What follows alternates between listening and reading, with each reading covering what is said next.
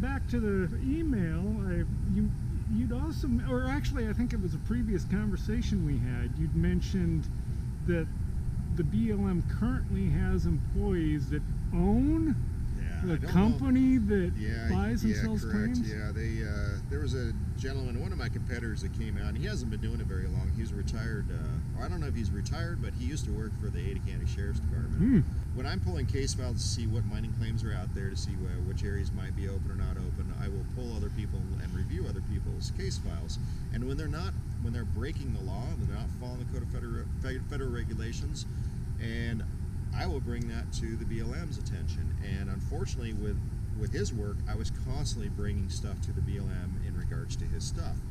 I would send him emails. He would ignore my emails because he'd had times where he'd be claim jumping over the top of my clients, and my clients would be calling me up saying, "Hey, can you fix this for me?" But I had all kinds of issues with his stature, his morals, his ethics, how he was handling his business forte. Like one of them, for example, and the BLM actually got my opinion when they were hiring him, interviewing him. I didn't realize they were interviewing him at the time. They just said that, "Hey, could you give me some background on him himself?" And I gave just one example. The example was I had a client call me up because they had missed their annual assessment deadline, so I went ahead and created the documentation for him, and so that they could get that mining claim submitted. So he got his documents submitted, and then I got a call from this other random person saying, "Hey, I just bought this mining claim, not from your company, but from another, and I received a letter in the mail saying that they want to hold a public hearing on this. What does this mean?" And they said that when they talked to the BLM that my company has had a lot of experience in public hearing meetings, and I could help explain it. So I found out where their claim was located. Come to find out, Randy had filed a mining claim over the top of my client's claims months after, without checking the BLM's database to see if there was even claims there.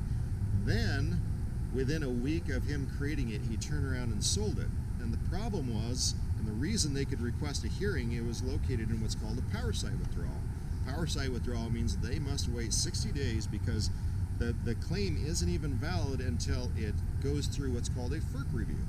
And during that FERC review, the Forest Service can request a hearing.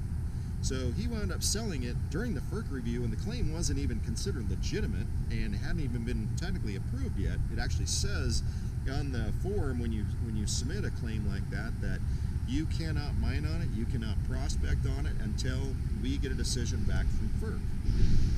And now we had this other person coming in saying, "Hey, you need to help me out with this FERC," when we found out that he was claim jumping.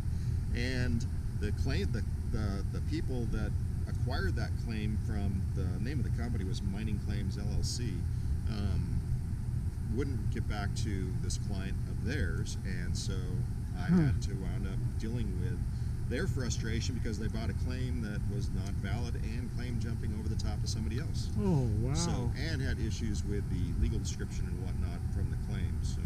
How do you do that with if you're recording the deed transfer? I mean, aren't they quit claim deed and recording that with the recorder's office? They're recording it and recording it at the county. They're filing with the BLM, but BLM, again, the BLM has been so laxed, they actually haven't even adjudicated a mining claim for 3 years. So, aren't we paying for that service?